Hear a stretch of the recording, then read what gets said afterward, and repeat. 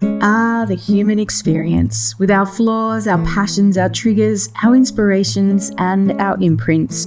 If we could see behind everyone's story, then perhaps what we would have is deep compassion. In this podcast, I get the chance to explore these stories from some truly fascinating people in some honest and heartwarming conversations. And best of all, I get to share these discussions with you. I'm Lael Stone, and this is Humans Being.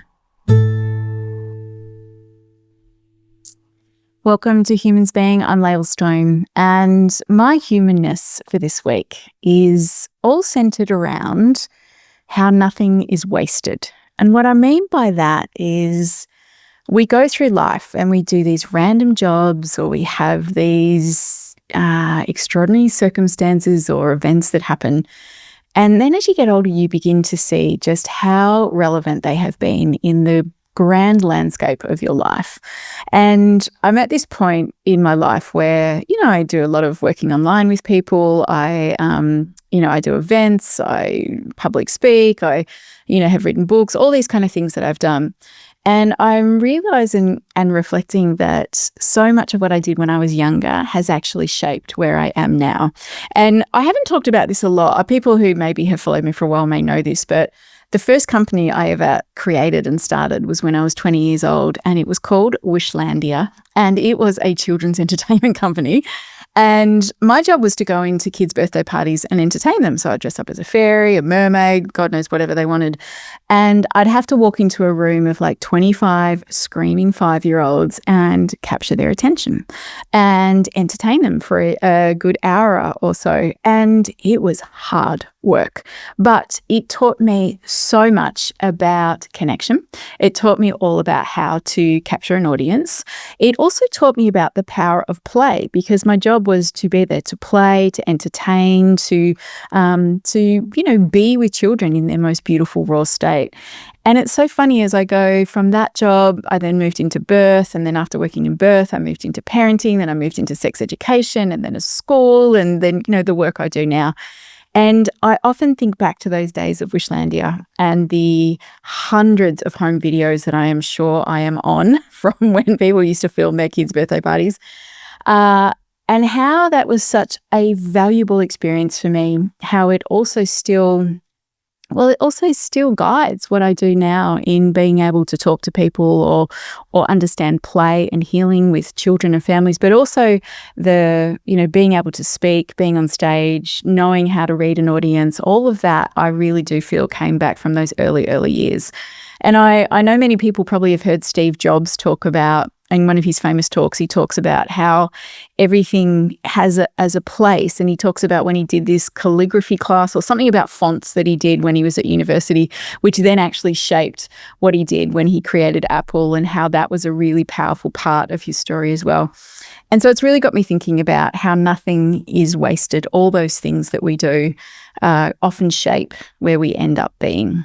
So that is my humanness for today, the paths that we walk, the things that we do, and how they impact, where we end up in life. So my guest today is a woman that I absolutely adore. From when we first met, we were like, oh, I feel like we're kindred spirits or sisters from another lifetime.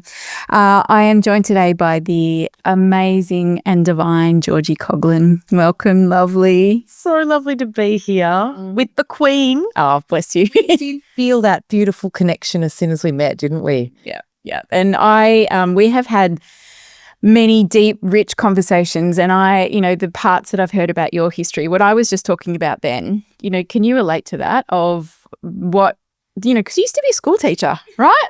Like, compared to where you are now, when you think about that, what are those parts of your story or history that, has shaped where you are now? I love that you said nothing's wasted, because I use that all the time. Yeah, right.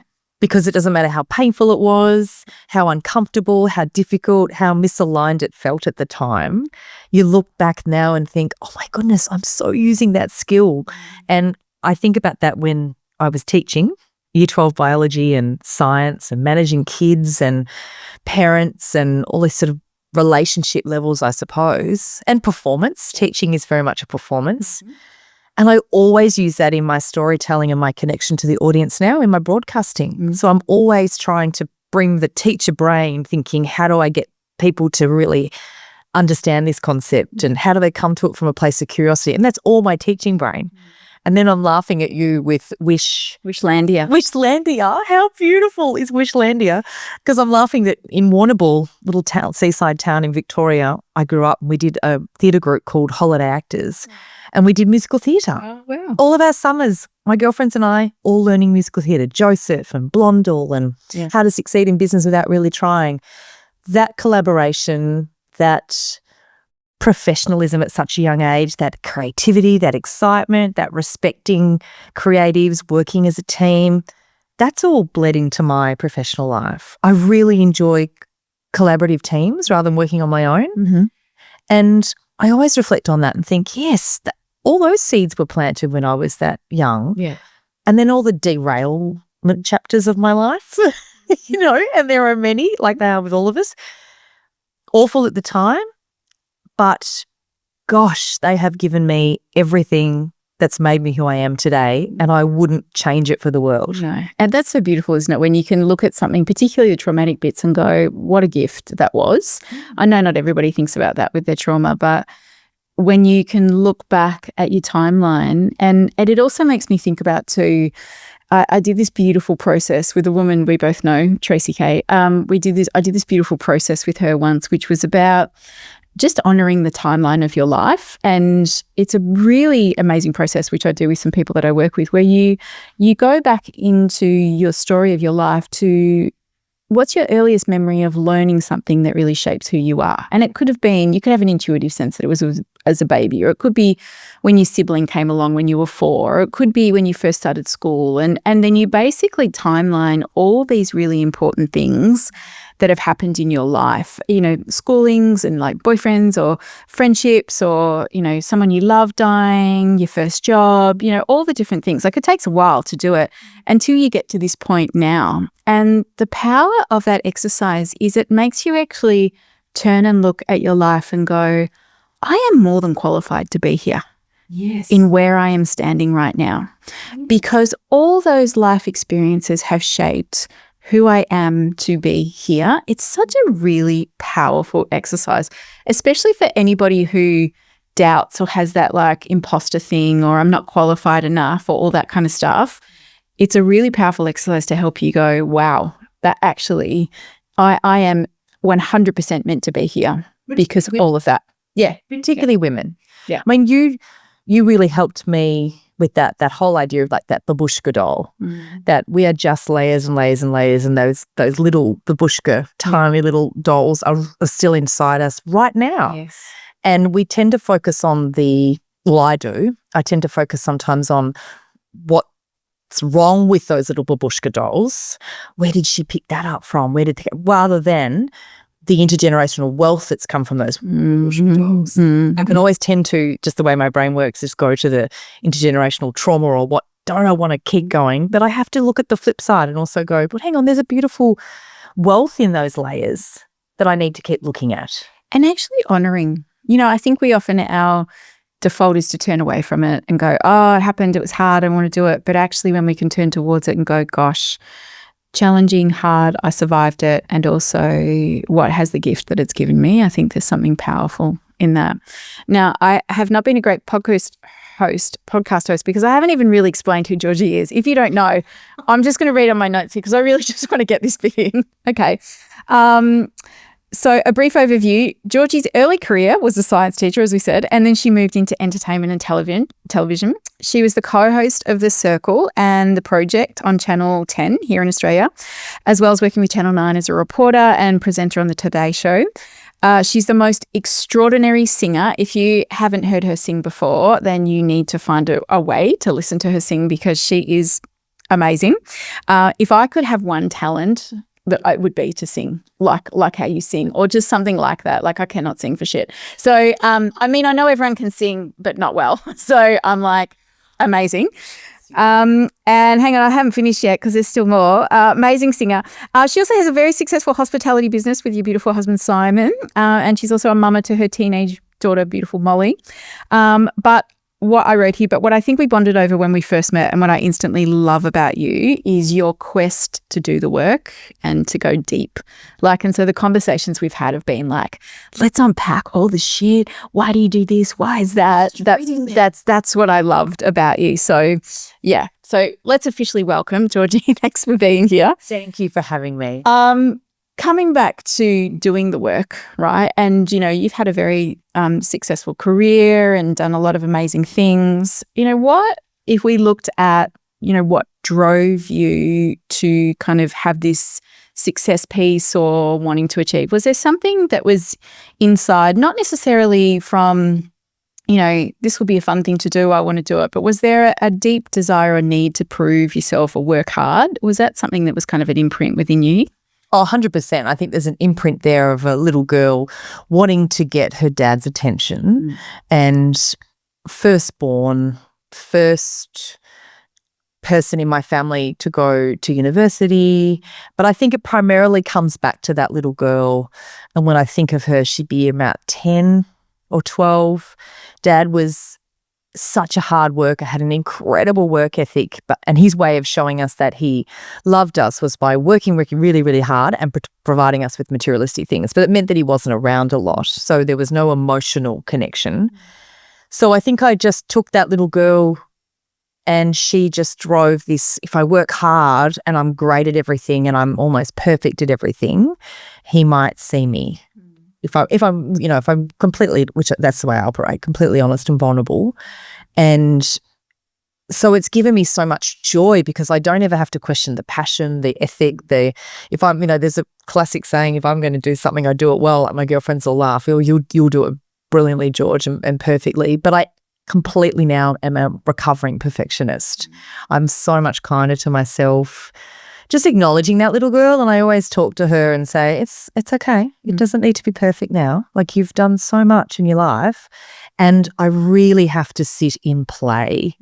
I consciously have to invite play into my life, find play, and I was parentified pretty young as well because mum and dad had stuff going on in their marriage, and I was really, we go deep straight away.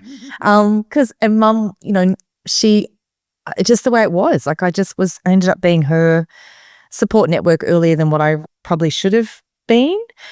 So I do have to fight the hypervigilance sometimes. And then as a result of that, I can be hyper independent. Yeah.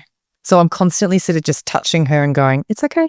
Yeah. It's okay. We can play. Yeah. We can have fun. We don't need to achieve everything in the one hit. Yes. We can take a breath, George. Yes. Yes. So that's where I'm at though, in such a beautiful space of doing the work constantly to check in with those little versions of myself to make sure that there's the joy and that I'm not modeling that to Molly. Yeah. Yep. Because even the other day she said something like to me, like, I said something like, what's your goal with soccer? And she just went, oh, just to have fun. And I could feel part of my little inner child going, what else? Like, what? And I was like, George, stop. That's right. That's the correct answer. I'm so proud of her saying, just have fun. Yeah. He doesn't need to go anywhere, Mum. And I'm like, great. Yes. Yes. Yeah. But that was foreign to my inner child. Yeah, totally. And you can kind of feel it in your body, can't you? Because there's a part of you being like, well, hang on, but what about this? And I do that sometimes with my kids if they've I've got this business idea. I've written the business plan for them before they've even finished talking. And then they're like, yeah, nah, it's just an idea. I will jump in with, oh, okay, well, we'll just do this, this, and this, and this. And they're like, yeah, nah, settle down. And I'm like, okay, yep, no, step back, Lael. It's not their thing. They're just thinking about something, or they might just do it in a small way. It is one of the trickiest parts of parenting, isn't it? And it's so unconscious often, we don't even realize it. So it's catching those moments where we kind of go, gosh, I have this expectation of it should be this, and that's my stuff. That's mine. That's not even yours. So how beautiful that Molly's like, but she's playing. It's fun. Oh, and she's so funny. My husband will say to me, do we have to Lael Stone this? And I'll be like, yeah, of course we do. And then Molly's so funny the other day, the whole thing, Mum, I don't think you're actively listening to me. Oh, did she? Oh, yeah. And I'm just like, oh my God, this is what happens when you do the work in front of kids. Yeah, yeah. And just being so, she always pulling me up with these really emotionally aware statements. And I think something happened about I'm feeling, well, you just got to make sure that, and she said, Mum, I think you're projecting your anxiety onto me. Ouch! Yeah. And I was just like, she said, I think this is your stuff, Mum. Yeah. I was like, that is my stuff. Yeah. And do you know what? On one hand, you are like, high five, babe. This is how clever you are. And on the other hand, you're like, oh my gosh, So vulnerable. ow, I've just been called out by my kids, which I think is not a bad thing because, and I, like Mike and I often said that to our kids when they were younger. If you ever feel like we're not acting in integrity or we're not speaking from our heart, we give you permission to call us out on that. Like we would say that to them when they're like 6 or 7. And they did, they would. And it was like jarring when they would say it, but you were like, oh, it's true because they're feeling it. They're totally going, I know you and I know that game you play. It's big, isn't it? It's humbling, but how brilliant that they feel secure enough to say that because we would never have said that to our parents, right? It's going to be normal to them. Yeah. Like when they get, what I love is I say to Sam all the time, this is what her normal is going to have to feel like. And, we do a similar thing. We say to her, is there anything that we could be doing better as parents? Don't tell me. Take a breath. And, when she was great. One day I said, is there anything that, and obviously say this when you're got a full cup. Yeah. You've got to be in the right place to hear that. Yeah. And she was great. She just took a beat. She said, sometimes I feel that when you ask me what's wrong and I tell you what's wrong, you try and fix it rather than just listening to me. I just need you to listen to me and hold space. Yeah, beautiful. We were driving, thank God, because I was just like, and I said, sweetheart, that's a beautiful answer. And I said, I'll work harder on that. Yeah. And then it was off onto something else. I'm sort of sitting there hilariously crushed. And she was just off on something else. And I was saying to Simon, so that will be normal for her in a relationship when she's older, that if someone doesn't want to take that feedback on, she's going to go, whoa, what's going on here? Yeah. Because we always gravitate towards what's normal for us. Totally. If our childhoods have been full of drama and dysregulation, or, that's going to feel safe to us. So I keep saying to Simon, let's make her safe place, her home base, be one of emotional stability and vulnerability and openness. Yeah, that's beautiful. How lucky she is to have you guys who are open to hearing that and to working with that. That's huge. And one of the questions I often ask parents all the time, if you could go back in time to a time where it was tricky or hard or painful, what would you want from your parents in that moment? And everyone says the same thing. I want them just to listen, or I want them to be present with me. I want them to hear me. And that's what you're trying to do here. And it's hard in the moment, but it's the simplicity of it that really is often what we have to remember is to come back to its presence and acceptance and that listening, which is so, so profound. And I often talk about this generation of parents, how we're doing such massive work because we're healing our stuff as we are trying to raise our kids in a different way. And it's not easy, it's messy, but what a gift to this next generation of children who, as you say, that is their normal. My daughters will often say that, the normal thing is to lean towards the discomfort and talk about it, right? And I'm like, oh, that took me till I was 40 to actually do, right? Whereas they're like, oh no, if it's hard, you sit down, you have a conversation, you feel it, and then you process it. And I'm like, that's massive. That's massive for that to be their normal way of, and they also say, sometimes I don't want to, but I also know that that's where I've got to get to. And I'm like, I've done a good job, because if that's what they're thinking, that's amazing. That's amazing. You mentioned just that being parentified, and taking care of your mom on some level. And it's really interesting, I think, in our society, because what that does sometimes for the child is it makes them grow up. It makes them be quite mature. They know how to take care of things. They also, I don't need any help. And in our society and culture, we think that's a good thing. We often reward that. We reward the independence. We reward that you're a self-made woman, you can do whatever you need, all that kind of stuff.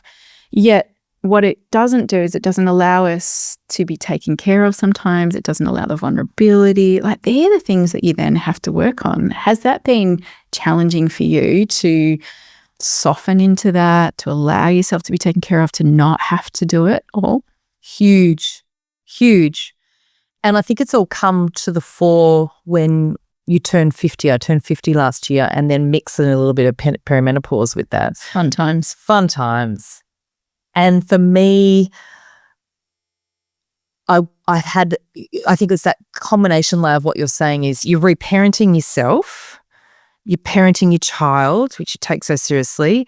You're possibly still beginning the process of parenting your own parents. And my father passed away only sort of 18 months ago.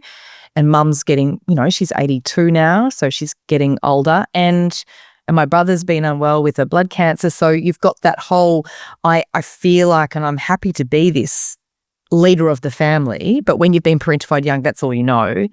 But the cost of that is it just becomes too much. The load becomes too much. And when people would always say, but you're so strong. You're amazing because you are so strong. I realized that was starting to trigger me and I was getting resentful. And at my 50th birthday, I made sure that I said to my girlfriends, who were just an incredible group of friends, it was sort of just poured out of me. I said, thank you so much for your support. And I know that I'm strong, and I know, because they were all like, we just love that you always get us together and do this. And I said, yes, but strong women need help too. And I just probably coming into my 50th year, I want to recognize and articulate that I do need support. I do need help. I can't do it all. And then I had this moment late last year where stuff was obviously happening and I was at the end, my cup was really empty and I was just in the shower and I was having this big cry and I was just talking to my little inner child and I said to her, I just felt so overwhelmed and resentful and done, I suppose. And I said to her, what do you need? What do you need? And as loud as day, she came back to me and just said, someone to advocate for me. And I just started crying, going, that's it. I'm advocating for everybody else, but no one's advocating for me. And that wasn't a victim mentality at all, because I have an extremely divine, loyal, supportive, kind, beautiful husband, incredibly emotionally intelligent daughter. I have incredible family, friends, but I am still the one that picks up all the pieces. And so I came down to Simon and he was like, oh my God, what's wrong? And I just started crying. I just said, I just need you to advocate for me in terms of when, and it was interesting because he said to me, but you're always so capable. Like you do everything so well. And I said, I know, because that's the way I'm programmed, but there's a cost to that. I don't always want to have to do that. Yeah. I want you to check in to say, are you okay? What do you need? I don't want to be always the one that has to tell you what I want. And that was a really beautiful release for me because that was 50 years or 40 years, if you look at when I was parentified, 40 years of programming that I could sit over here. Yeah. So that was beautiful, difficult, but beautiful. And so now what I'm doing, I'm a big boundary. I know we'll end up talking about boundaries because I'm a boundary queen, but I've always focused on external boundaries out here, boundaries to keep people and things whatever way. And I was like, I need to work better on my internal boundaries. And so the whole concept of internal boundaries of, hey, how are you feeling here? This is not feeling right. I'm not going to be exhausted and abandon myself. So now I'm getting really good, Lael, at checking in internally. I think I'm abandoning myself there. No, I'm not going to do that. But coming to it with gentle compassion and self-compassion and kindness, particularly for that little girl, and saying to her, I can feel you having a little tanty here and I can feel you going, I can't do this and I'm not going to override you. I'm going to listen to you. Yeah, I really relate to what you're saying, and I think I definitely want to touch on the boundaries in a second, but I think one of the big things that, I see in you and in me of, we're out there doing stuff. We make things happen. We're doing it. It's amazing. And that's awesome. And I love that because the fire in me is like, yeah. And then when I come back home to Mike, I have to really work hard to put that down. It's almost like that masculine driving energy. I have to work to put that down to allow myself to be vulnerable and held, because what often will happen is if I'm, and I come back in, I'll kind of walk back in and I start like almost ordering stuff around and doing all the things. And he's just like, no. He's like, put it down. He's like, let me take care of you. And I've had to work really hard to allow that to be there, to allow that vulnerability to be there, to let him hold me, to allow him to stand in that place. And we've worked it really well now that, you know, when I go work, I'd work. And then when I come home from work or finish stuff, I really consciously go, and that's done now. And now just be softer, or just be more in that feminine, or just allow him to take care of me, look after me. Yeah. It's really hard though. It's hard, I think, because not only have we been trained most of our lives to do that, but there's a surrender involved in that. And that's vulnerable. It's vulnerable, which is, it's hard to pivot sometimes from the boss lady and I've got this and I'm the leader to, can you hold me? Yeah. I do find that, just interestingly, what helps us is when this happened last night. You know, I was at work, boss lady, all over it, bang like you know, I'm making things. Things are happening. It gives me a lot of joy. And I've got a big, active mind that just, you know, consumes a lot of things, just like you do. And yeah, I have to remember when I step back home what it's like to be in his shoes. Because what it's like normally for when I'm at home and he comes in all blustery, I get a bit like, whoa, like just back it down. And yeah, one thing that really helps us is saying, I just walk in, I say, hi, wife. Yeah. He just loves it because he just adores it. He loves being home and he's a real homebody. And I say, hi, wifey, how was your day? Like it really just, it's that beautiful connection, and it's a recognition of his just being so wonderful at having our home be so homely and the meals on the table. And I say, wifey, what's for dinner? And it's always in just a really beautiful, there's just a real connection for that with us, which really helps me surrender. Yeah. And it helps me not feel guilty about being the one that was out the door as well. And so we often just have a laugh about that and use that as a really beautiful way of just laughing, changing the energy. How was your day? What did you do? Because, you know, I can walk in and even get bossy about, look at the floors, and he's not running the place like I would run it. And that's not my role. You know, he's doing it the way he needs to do it for him. Yeah. And I've had the joy of going out and doing what makes my spirit soar. And I don't know about you, but see, a lot of what I do, because it is public, there's a lot of anxiety attached to that. So it's not as if I can just pop out. Like when I've got a show coming up or a singing show, you know, there's a whole other palaver. It's the lead up that's the most stressful, isn't it? Once you're there on stage, you're like, oh my God, I love this.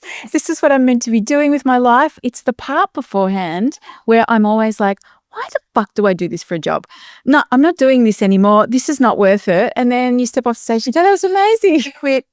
I am just a nightmare to live with before those things happened. And I'm like, you know, ridiculous. Like I'm literally like, you'll have to sleep in the spare room, because what if I get woken up and then I'm tired and then my voice is this, like, and he's just so gorgeous and calm. He goes, no worries, darling, it's fine. So yeah, it's a beautiful dance, but it's one that as I'm getting older, I'm getting so much more comfortable. We've got a saying that he makes me feel held and free. No. And for me, that's so beautiful that I can be vulnerable with him, but I still feel so, I don't feel like I lose any of my power by handing over my vulnerability to him. But that's safety, isn't it? Which is not something that I ever had with male energy in my life. So it takes a lot to go, whoa, okay, I can jump off the cliff here. It takes a lot, because that little inner child is always, are we right? Are we good? Are we good? Like the hypervigilance can come back so quick for me.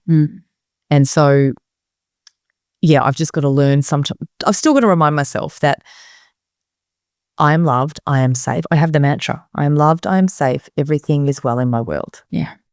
I think a lot of women would relate to that when we haven't had those good role models and it hasn't been safe around that.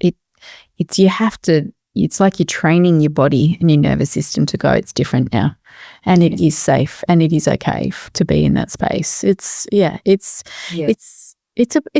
It's a big thing. Completely foreign to my nervous system. And I ended up reconciling with my father. I had to sort of emotionally divorce Dad. And then we had this beautiful, all due to Simon, because he came in and because he did make me feel so safe. that relationship wasn't dangerous to me anymore. And Dad and I had the best relationship of our life in the last 5 to 10 years. Like, we were so close. And I ended up, we just had beautiful connection. There was forgiveness, there was trust, there was love. He was able to express to me everything about what he regretted. It was just magical. So when he died, it was the most emotional, peaceful, beautiful way for a father and a daughter to say goodbye, because there was the forgiveness, but there's also, we didn't shy away from it. There was I needed to emotionally divorce him and protect myself and do all that work. And then I was able to forgive him. That if I didn't have that gap, it wouldn't have happened. And I also have a relationship with him now in the afterlife that is even more beautiful than it was in life. Like, it's just, he's all around me. It's just incredible. That's so beautiful. It sounds like such divine healing. And sometimes it just happens when the time is right, isn't it? To just all timing. Yeah. Timing is big. Coming back to the boundaries thing, did you have like a lack of boundaries growing up? I mean, I'm imagining too, if you were playing that role in your family, did that then put you into, being very capable, but was there big people-pleasing elements for you, or where did the boundaries turn up before they kind of got locked in? Where was it really tricky for you? Well, see, Mum was always Mum's amazing. She's always been incredibly independent, fiercely, was really feministic. I loved it. And, so it's not as if, no, I didn't have any I'm not a people pleaser at all. I'm like, sometimes I wish I had a little bit of people pleasing in me, Lael, because I just can be so blunt. And so, like, my girlfriends laugh and go, oh my God, you're so harsh. And I'm like, well, you want the truth. Here it is. Yeah. So I'm the friend that people come to when they want the truth. No, so I didn't, there's no people pleasing. It's funny, it doesn't come from that. It comes from, I think, seeing the best in people and then being screwed over, which happened in my 20s. Okay. So with a relationship that I just got so hurt and betrayed and so toxic that it was almost like imagine just being swiped sideways, a bit like, what the hell just happened then? And realizing then when I unpacked it of like, oh my gosh, like I just totally was taken on a ride there of, so much emotional stuff, that manipulation and things like that I didn't even sort of process. So that's when I started to do the work. And that's when I started to realize, right, okay, sometimes people aren't what they seem. So it really came because I've always been feisty and strong-willed and independent, but obviously everything happens, nothing's wasted. So I needed to learn to be true to myself. So that's why that relationship came into my life. So it was after that relationship that I really sat down and thought, hang on a minute, and the science sort of part of my brain was like, there has to be a logical way of how this is going to work. So I think then maybe I used boundaries then after being so hurt to feel safe. And then other people kept coming into my life, even when I was in a great relationship, that the universe kept sending me people to test me. And my greatest teachers are people that don't respect boundaries. So it's hard to articulate it, but I think it's just come from a place of conserving my energy, realizing that not everyone gets to receive my cup, and that's okay. Mm-hmm. And I think, honestly, Lael, I think some of this is intergenerational trauma. So my grandmother was the most amazing woman, Kath, and she had 7 children, but she then took on an extra 3 when her sister died. And then she then took on, I remember Henry, this wonderful intellectually disabled man that she took on. So, you've got this woman who just did everything for everyone. And I'm sure I've inherited that trauma of that's what it is to be a mother. And so it's taken me a long time to realize, well, no, that's not mine. I don't need to carry that on. I can put that basket down and say, thanks so much. I'm not taking that, and I'm certainly not passing that on to Molly. And I do think that maybe that's one of the reasons, if I'm going to be nothing's wasted, extremely philosophical and spiritual about only being able to have one child, is part of that, I can't get my head around it, was my grandmother had 7, then 3, then 1. So I feel like it's an intergenerational trauma, a bit of that as well, that's out of my control. But now when I unpack it, it makes a lot of sense that I don't think a lot of the women, not all of them, but I think some of the women in my mother's side and my grandmother's life, they just didn't have the luxury of boundaries. They just didn't have that choice. Yeah. And they were such incredible giving women. And I think part of me, that's come out in me of going, whoa, hang on. I think there's a way I can protect myself here. And I think you strike on a really powerful point. I think we need to look bigger than where we are just now. And, that's a lot of what I do in this work of what was modelled to us by our mothers and our grandmothers and as you say, the lineage of women in our families. And we have to remember, they were living in war times. They were living in times where they were just trying to keep food on the table. And, there was also, again, our society and our culture was all about how it all looks on the outside and what other people, be a good mum. and what other people think and all those kind of things. Like they were really strong currents that ran through. And they still are, Lael. They are. Now, and they didn't have contraception. Yeah. So you can see why that they were the way they were, out of survival and out of how to stay safe. And it's interesting, isn't it? Like where we are again at this point in history where we're actually going, no, that doesn't serve me. I don't want that anymore. It's not about giving to everybody else all the time. I'm going to be really discerning about my energy, about what I say yes to. And, we've chatted about this too. There's something about going through perimenopause that just makes you give no shits anymore. You're just like, if you didn't have boundaries before, then wait, everybody, this is the time where it locks in because there's no filter anymore. It's broken. Yeah. And there's no filter to be like sweet and kind and loving. I mean, there is. We're still sweet and kind and loving, right? But you're not fueled by that. I need to keep everyone else happy. There's no pleasing element. Yeah. Which be kind, happy for what will bring you joy and what's easy and flowing and aligned and connected. Yeah. And that's probably even richer because you're older and you appreciate those joyful pockets so much.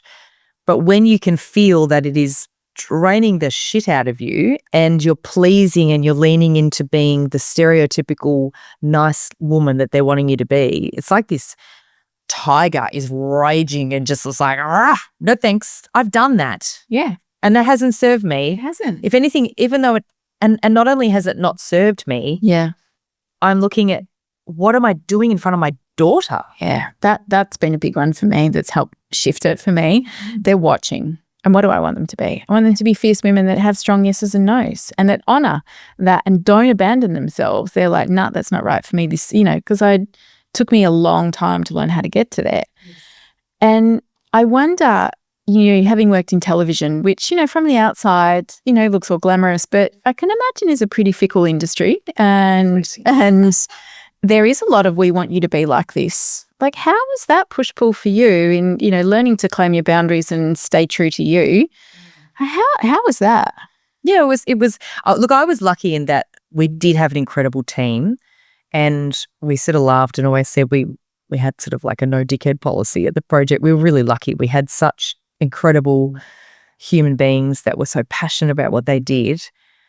But you also still had to I think my sense of self is quite good and quite strong, that I was quite comfortable in really holding my own and not afraid to be difficult. Yeah. And I could see other people that I worked with, other females, that was a real struggle for them. Whereas I've always been someone who I do believe in myself, not from an arrogant perspective, just I believe when you were saying that beautiful activity that you do when you look back at your life, I suppose maybe I was doing that consciously as well. And like, you know what, I deserve the right to be here, always learning, always growing, always going in with curiosity, always going in with respect.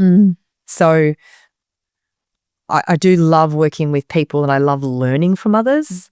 So I think if that was always my, and I'm all about intention. So for me, it was always about the audience. So I'd fight to the death for something if I felt like it was for the audience. And even if the EP was like, I don't agree with you, and I go, sure, I think we should be doing this. And then I would respect the fact that if that decision wasn't made, it's out of my control. And you just have to have a tough skin because you can't keep everyone happy. No. You know, like if you buy into the comments and buy into, that's not my job, is to keep everyone happy. So I had that really clear in my head. I'm not going into this job to be liked and to be popular. I'm going into this job to be me.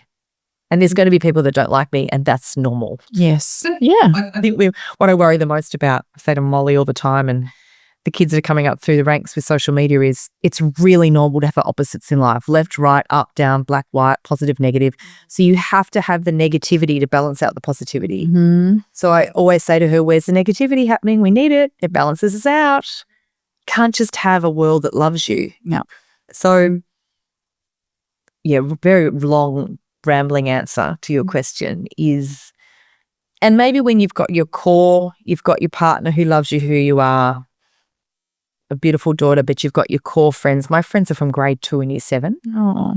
So when you've got that loyalty and tribe supporting you, nothing can really, you know, like you can be rocked and have a bad day, but your core doesn't get attacked because you know who you are. Yeah. And you've got those people around you who you really trust. Like, they're the ones whose opinions matter.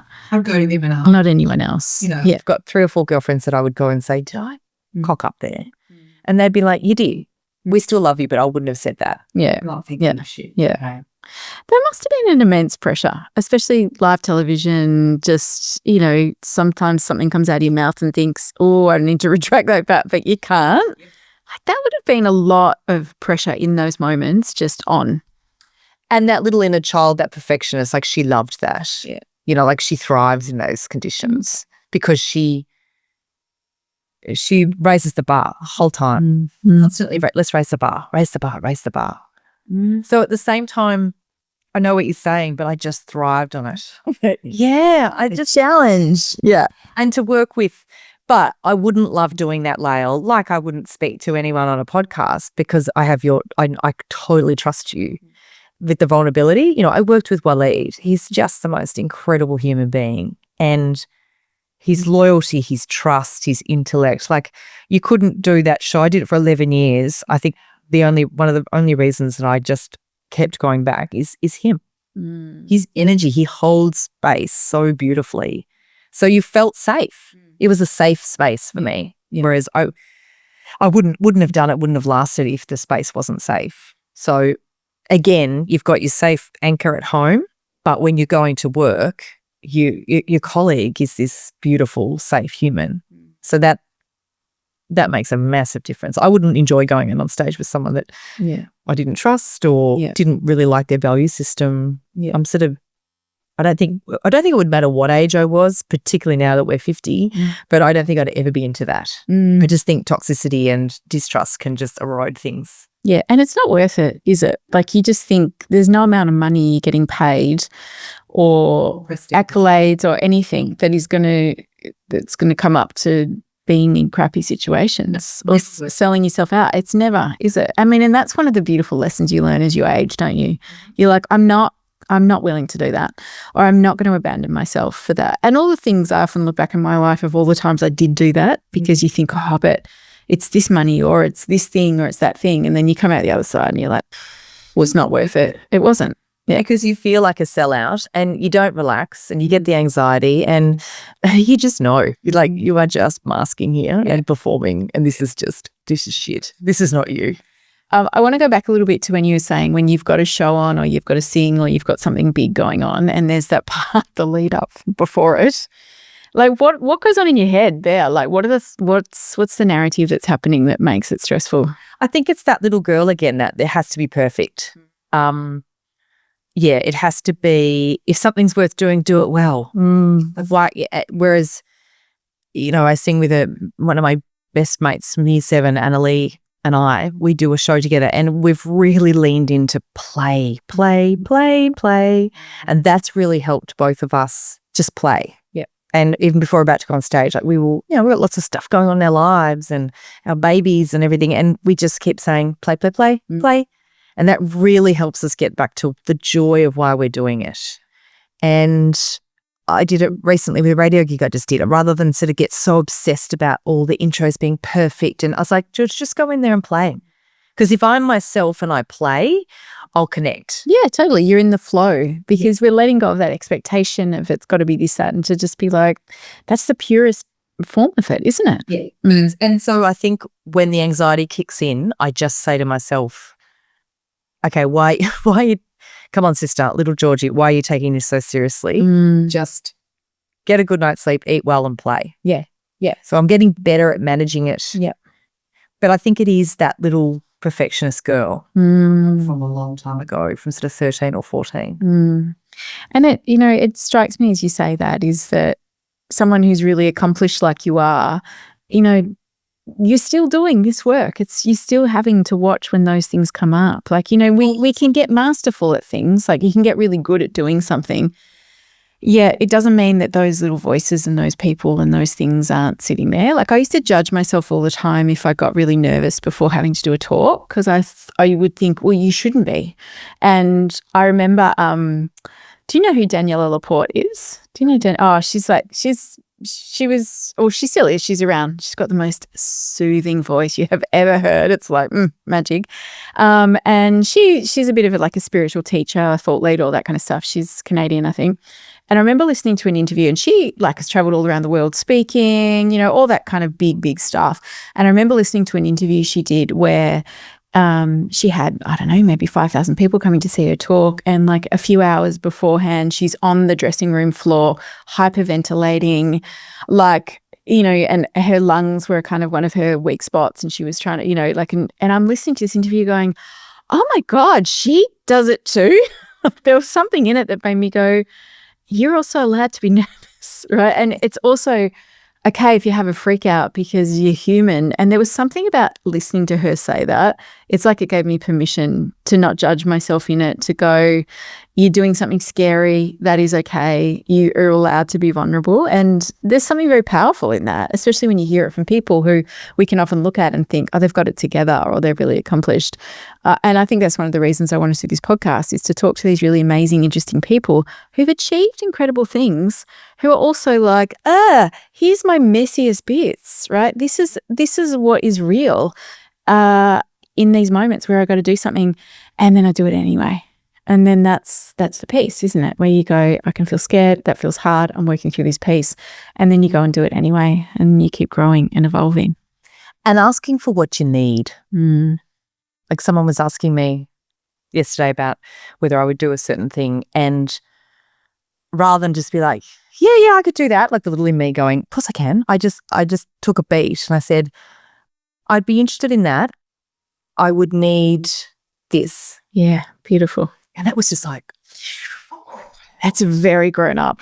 I was so grown up, Lael. I was so proud of myself. That's amazing. Yeah, because I was like, no, I think I could do that. And I think I actually said that too. I said, I believe I could do that and do that well, but I would need X, Y, and Z, because then I feel like I would need that support. And I think that's really powerful as you get older, knowing and knowing what I still have that hunger I have such a hunger, and that's why I think you and I are such kindred spirits, a hunger to just keep doing all this fantastic stuff, because why not? We get one crack at life, and the joy I get from doing new things is I just adore it. We get one life, and that'll always drive me, that hunger to do that. But they're then balancing that with, why not? I can do that. Let's jump off this cliff now and do this. But now saying, and I need this. Yeah. So it's that both and. Yes. I'm really tapping into that both and. Yes. Yeah. And I think that I relate to what you're saying there. I think when I look back in those times where if an opportunity came, I would just say yes, because I was like, oh my God, they're asking me and I'm just going to do it.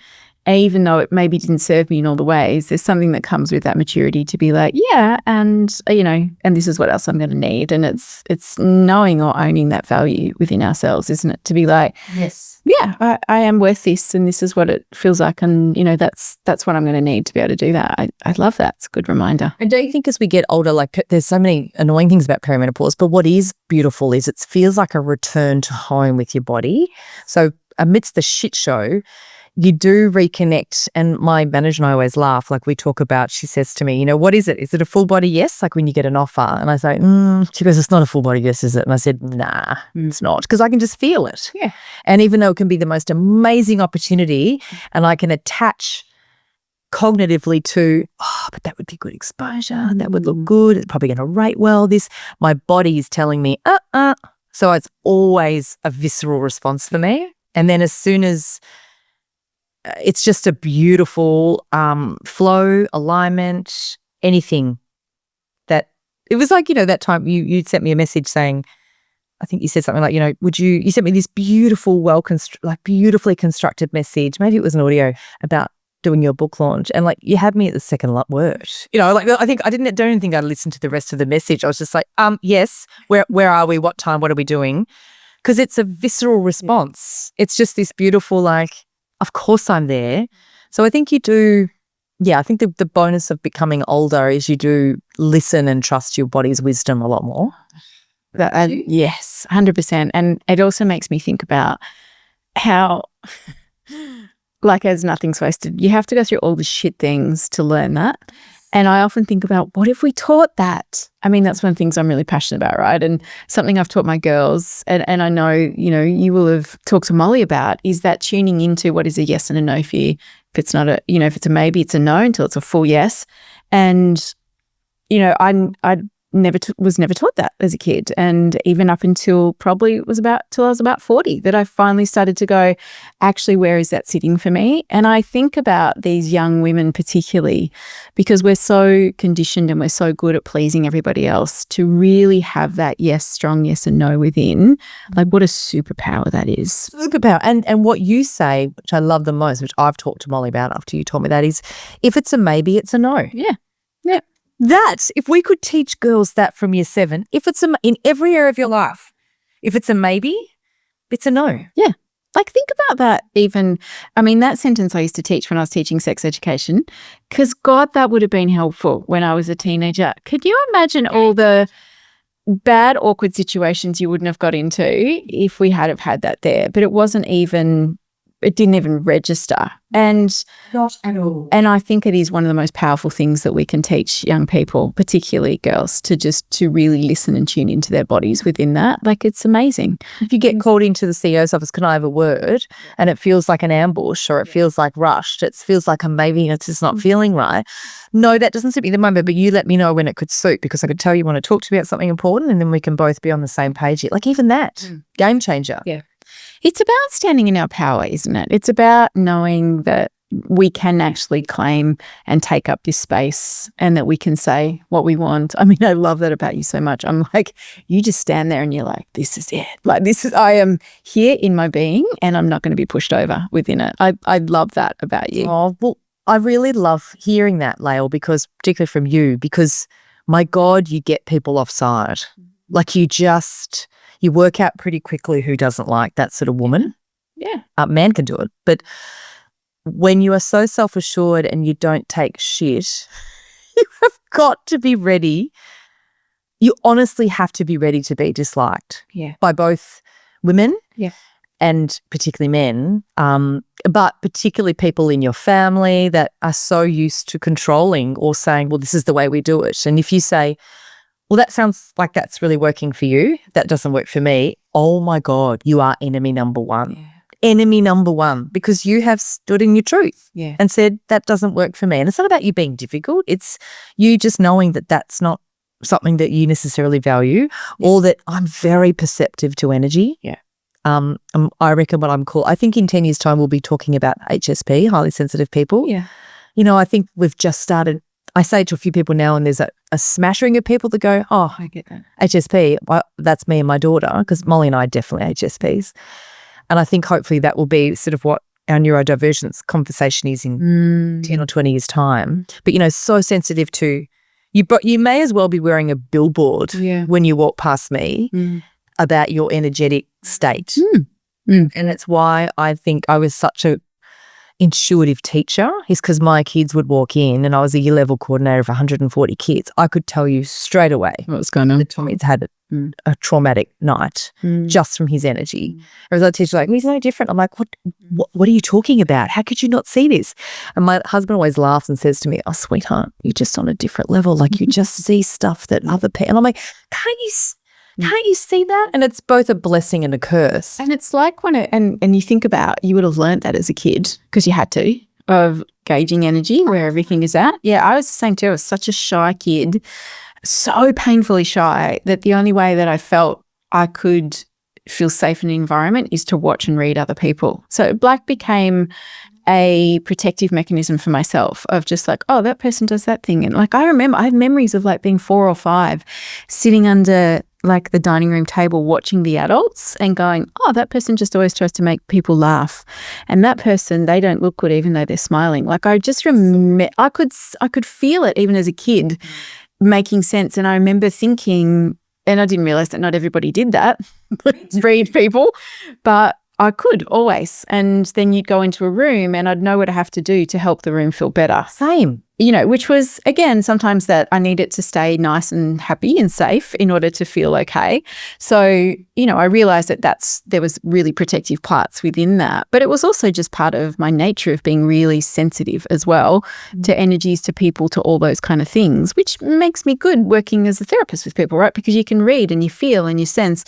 So they're these beautiful gifts that we have, yet they also can be hard, really hard sometimes, because you're feeling all of what's going on, and which is why you often need some serious recharge time. Because that's why I'm like, people laugh. Like, what do you mean you're an introvert and you work in the media? Exactly what you're saying is what my childhood was. And I think I also had to learn to do that because mum and dad had, just a marriage that was, we never knew what was going to happen when we came home. So I had to learn to read the weather really quickly. Yeah. And my brother and I both like that. And it took me a long time to realize that, so not everyone thinks like that or sees this stuff like that. I don't think I really got that to my late 20s. And it's such a beautiful, I love what it gives me, yes, but I have to, we own a hotel, for example, and if I go down to the hotel and I'm already slightly drained, as in don't have much left in my cup, it's got nothing to do with the people. It's just that when I go in there, I will read everyone. And when they're coming up to me, my default is, how do I make you feel seen? Now that takes energy. And if I'm not getting anything back, because they don't mean to not give anything back, they just being who they are, I can be so depleted from an hour. But if I go down with my cup full and I get energy. It's amazing. Yeah. But it's something that I have to constantly calculate. Yeah. And that I've had to get a lot more comfortable saying no. And Simon's really great now. He totally understands that my social battery, particularly if I've performed and done a show, whatever, I can't necessarily do anything after that. I have to go, I always laugh when I see pictures of you in the bath after, because I'm exactly the same. I've got to go home, recharge. But that's what makes me good at what I do. Yeah. Yeah, and you know that within you. You know that that's what's going to serve you. And I'm the same. I'm just like, don't talk to me. No noise. I've got nothing. Like I need, and it doesn't take long, but then I need that. Once I get that, then I'm back on. Yeah, we're all so different with our superpowers that we all have, and that sensitivity and feeling deeply is so needed in this world. And my daughter was on the podcast and we talked about that, and she was talking about how she said, for a while I thought that was wrong, that I was so sensitive, but she said to me, it was beautiful. She goes, Mum, you made me realize that actually that's one of my best gifts that I have, that I feel deeply, I can sense what's going on, that's one of the most beautiful things about me. And I was like, I love that that that's beautiful. Yes. And a lot of people I'm sure who are listening to this would be like, yeah, that's me, and sometimes we're told that it's wrong, you're too sensitive, or why can't you just have a bit more grit, or this and that? And actually it's like, no, you just do you in your way that you can do it. I say that to Molly all the time. I'm like, darling, it is such a superpower. And I know that gets bandied around a lot, but I'm like, what would you rather, a badge of insensitivity? I said, you can see stuff that nobody else sees, darling. All I want you to try and work on is it's not your job to always fix it. That's exactly it. Yeah. And so that's what I tell myself as well. And that can sound harsh sometimes because I can see so much. I'm sure sometimes people want to go, oh, she's being a bit harsh there. Why has she got boundaries in? And maybe that's what it comes back to when you said to me earlier, where do the boundaries come from? It's not the pleasing. It's actually to stop being depleted. Yeah. Yeah. So it's to keep myself full and to be the best version of myself to me and then my beautiful family and then my life and my friends is those boundaries keep my cup full. Yes. Beautiful. Yeah. As it should be. As it should be. And then us on the other side respecting that. Like I think when I learned how to have my own boundaries, it made me actually respect other people's way more. Because I was like, well done you. Well done you. Yes, high five, babes, that you've just said no to that. I'm like, I get it. Well done. And if I'm disappointed, that's mine that I have to carry. So, but I honor you that you've said no. And that to me that's everything. That's everything. And using the language, my girlfriends are really proactive, Lael, using the actual language of, thank you so much. I completely respect your boundaries. Yeah. Like we actually use that language on WhatsApp. Yes. And just normalizing that. Yeah. And I make myself say that to Molly. Like when I say, I think she told me off one day because she's going to crack up because I keep talking about the podcast. Mum, why do you talk about me so much on the podcast with Lael? And I think I went to knock on the door and she said, no. And you know straight away, you're like, okay, yep. Okay. And what do I? And then I think she came out, she said, Mum, I was just either getting changed or doing, and I made myself say, I completely respect your boundaries because I want that to be normal. Yes, totally. Yep. Because again, in our young people particularly, having that as a really embodied imprint is only going to serve them well as they grow up into all elements of life. And I think what I do love is that this people-pleasing, play nice, just element that we've carried as women for so long is it's being put down in ways. And it doesn't mean we are not kind and loving and generous and all those things, but I think it is time that we hold that boundary respectfully. We don't have to be angry. We don't have to, it's not about the fire part. It's just about that this is a no and that's mine and I'm holding that. And I love that I'm seeing more and more of that. I see that in my girls too, when it's a strong no for them or and I'm just like, that's amazing. That's amazing. It's so beautiful. And it's like this drop in. Yeah. Isn't it? It's, as she say, it's not this feisty, I'm going to lose energy and deplete my cup from it. It's just a really beautiful, no, that's not for me. Thanks. Yeah. And it's so empowering for them. Yeah. To just be like, yes, babe. And it's so funny because Zion will often lose his mind because that's so foreign to him. And I'll be like, it's all good. Because when somebody, and then when I put it in context and say, if her partner comes along and does this, and she just goes, no, thanks. I said, that's what we want. Totally. We don't want to be going, oh, okay.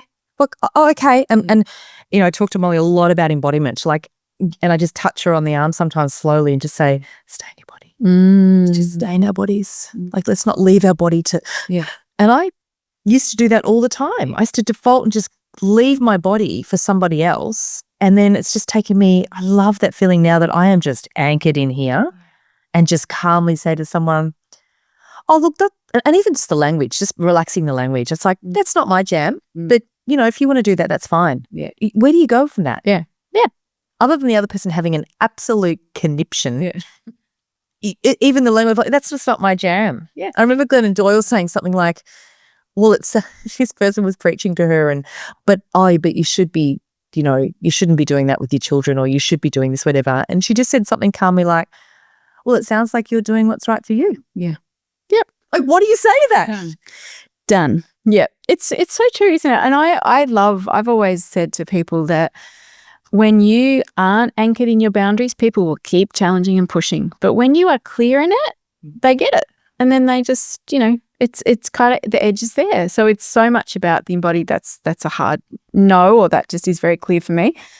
And then they read that and then it moves on. But yeah, it's work for a lot of people. I really do respect it and honor that for a lot of people it's hard stuff, and when you haven't grown up with it, when you've got that strong good boy, good girl story, it's a lot it's not a lot, it's just there's layers to work through to find and claim your space in it. Or you just wait to go through menopause and then it'll do it for you. So like the guilt just dissolves away when you go through menopause.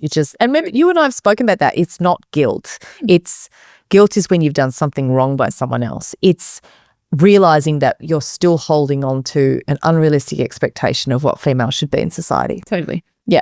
And I feel like it's a reclaiming of yourself, this phase of your life. It's like, you go through I heard so beautifully about when you have hot flushes, this woman I did some work with was like, it's the burning of the dross. That's what she would say. I love that. It's like burning of the old shit away that no longer serves you. You go through the reckoning, who am I, where am I, blah, blah, all the different stuff, to then it's like you find this place where you're like, I am here. And I feel that too. I feel like I'm more here than I've ever been in my life. And now is the time. I'm like, what are we waiting for? It's like a clarity, isn't it? It's something, it's really powerful. And it's a force. And like, I think if the world should be afraid of anyone, it should be like 50-year-old women. Be afraid of the postmenopausal woman. She's coming to get you. We just don't care anymore. We're just like, here it is. Okay, so to finish up, I want to, we talk about this phrase sometimes, which is how good can it get, and I know that you love the game of this as well. And it's something that I really stand for, of dreaming and of not limiting ourselves to thinking that this is all we deserve or this is what we can have. And, a big part of my own work has been, how good could this get? Like, and my husband and I, we say it's terrible, incorrect English, but we're like, could it get even gooder? Like, that's what we often say. Could it be even gooder? Yeah, it could be even gooder, right? Because I think, again, we've been conditioned and taught to go, you should only have this and this is what it is, and don't be big and don't be shiny and don't be all those things.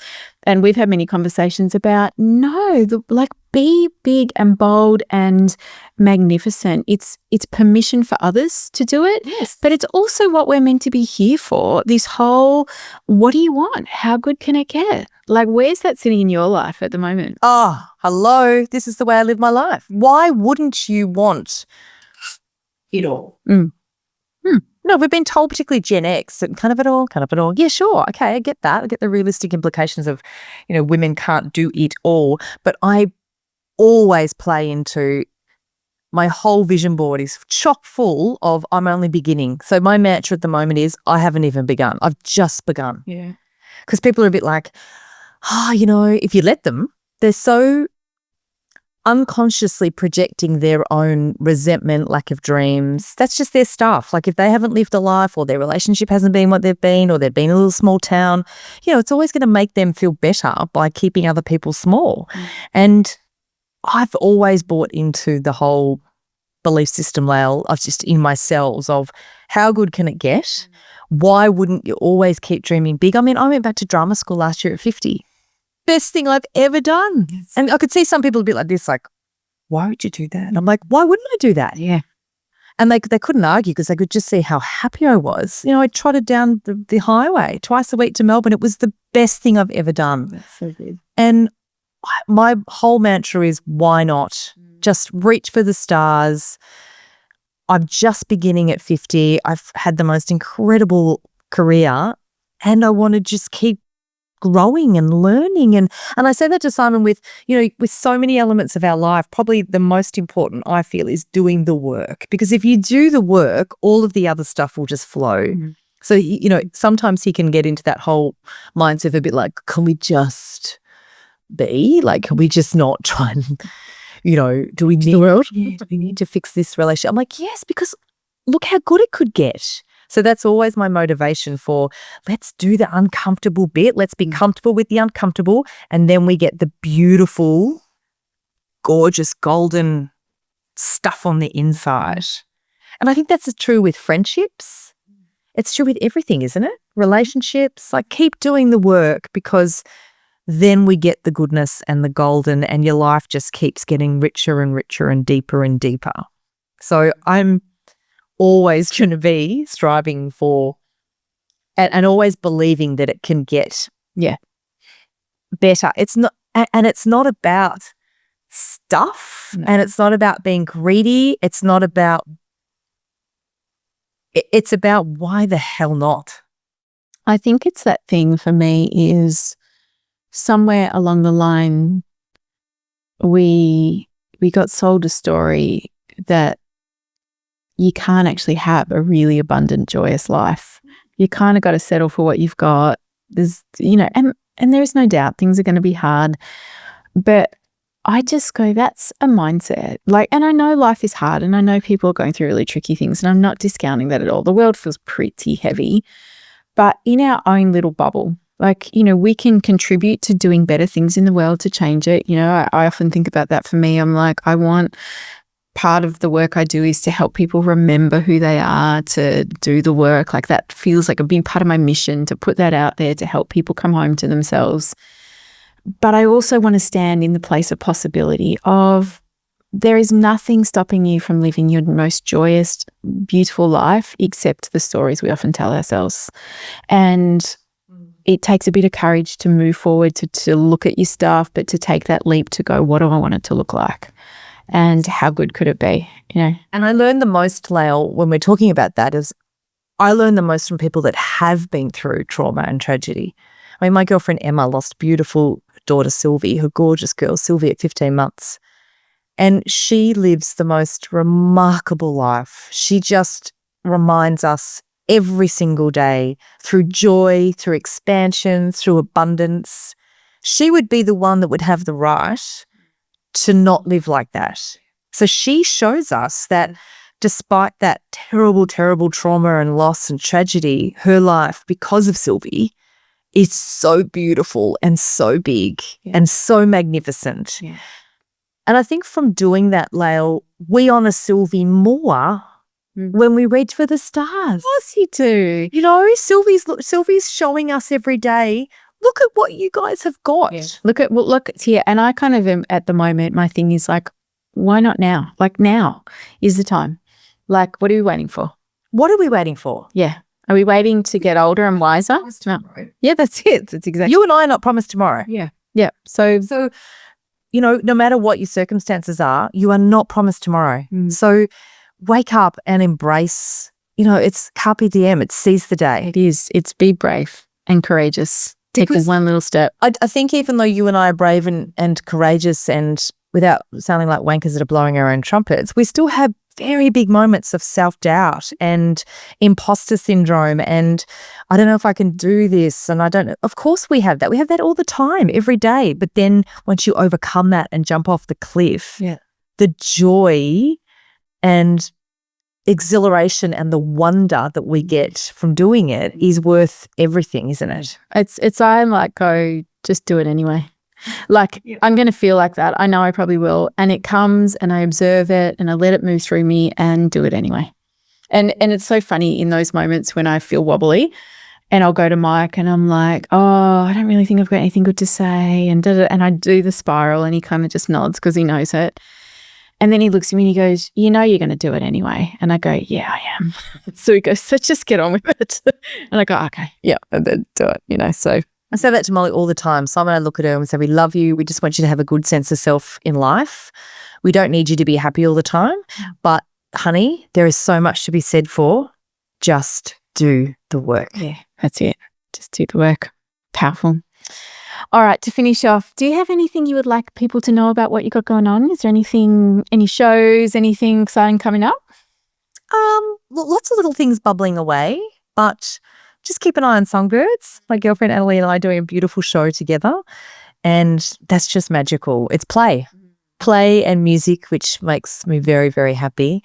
And I think hopefully some of your listeners might hear me on ABC Radio a little bit this year, which is super fun. I'm just feeling so at home there. I know. And as soon as I saw that you were doing that, I was like, of course. It was like absolutely. That's got a beautiful place for you to be in. Thank you. But thank you for having me, beautiful woman. It's my absolute pleasure.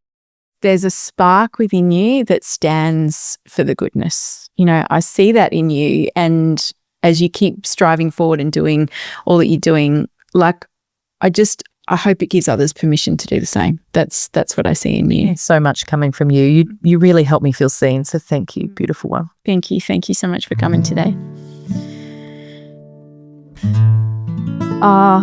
This chat with Gorgi could have gone for about 4 hours, so we really did have to cut it when we did because there's so much that I really enjoy talking to her about. She's just such a formidable woman who I think comes across in that episode of just knowing who she is and standing and claiming her place.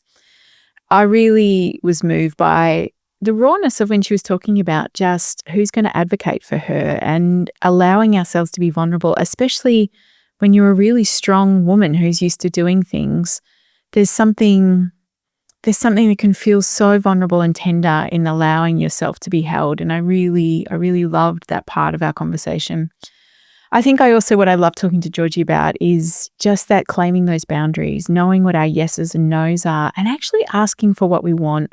And that's something that I've definitely had to learn in my own life, about claiming that space and being very clear about what I do want and asking for that, not being afraid to ask for that. And I think Gorgi does that so beautifully. And I really just love, those conversations around, even when you see these amazing polished performers in the world, that they too have these wobbles, they too have these vulnerabilities. I mean, it makes me feel often better in those times when I get wobbly. And I guess it also reminds me that we are all human after all, doing the best job that we can. Yet that piece that we finished up on of kind of reaching for the stars and how good can it get, to me, that is a really beautiful invitation and reminder to everybody that life is waiting for you. Don't be afraid to jump in and see what's possible. Thanks for sharing this time with me. You can find my book, Own Your Story, at bookshops or listen to the audiobook on Audible. I even read it myself. You can stay connected with Humans Being on Instagram, Facebook or YouTube. We love to hear from you, so please leave a comment, question or contemplation. And visit my website laelstone.com.au, where you'll find heaps of great resources and courses for you to explore. This podcast is produced by Nigel Carboon, recorded by the crew at We Make Online Videos, and our original music is created by Josh Reed. Humans Being is produced on the lands of the Bunurong and Wadawurrung people. We pay respect to their unique and diverse cultures and to elders past, present and future. Until next time, stay connected and don't forget to be human.